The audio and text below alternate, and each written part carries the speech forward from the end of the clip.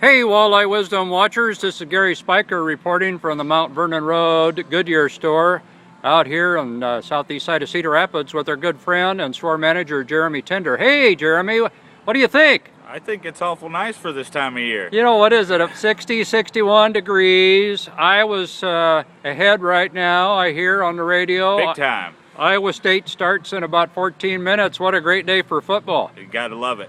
So, hey, I showed up this morning, brought the Ranger in to you. What did we end up doing to the Ranger boat this morning? Well, basically simple maintenance with the tires. Rotated them for you there, keep them moving so we can keep some regular wear. Hope to extend the life of the tires for you. Yeah, we put about 8,000 miles, I figure, on the tires going to the 5 tournaments this year.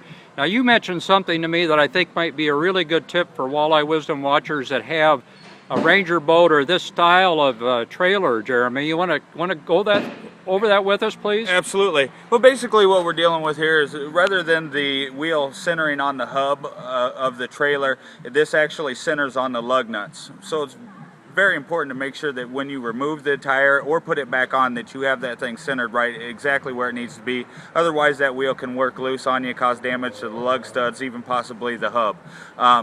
One thing to keep in mind as well is after you reinstall those aluminum wheels, whether they're self-centering or hub centering or not, you'll want to retorque those after a few miles. Don't want to be out on the road, lose a wheel anywhere. Obviously that can be pretty dangerous and slow you down from getting to your fishing hole. Yeah.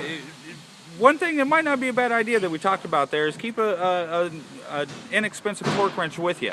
Yeah. If you have to change a tire out on the road because you have a flat or something like that and you're a long way from home, you'll want to keep an eye on that torque. Check it after about 50 miles or so. Now, what would you recommend there as far as, is there a standard size of torque wrench we should be looking at? Well, you're looking for anything that'll measure in foot-pounds. Inch pounds are not going to do the job for you. You can usually find something inexpensive at one of the hardware stores, such as Harbor Freight, somewhere like that. A 19 millimeter lug socket is about standard on that. So, of course, you'll want to check the size of your lug before you buy the socket. Right. It's just a good idea. Preventative maintenance is better than having a problem on the road.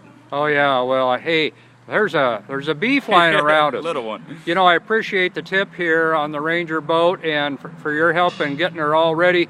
We're going to do a follow-up video here with you talking about some general maintenance items on vehicles. So, Jeremy, thank you again for the tips. I'm going to step back. I want everybody to see your pretty face, see you standing by the Ranger.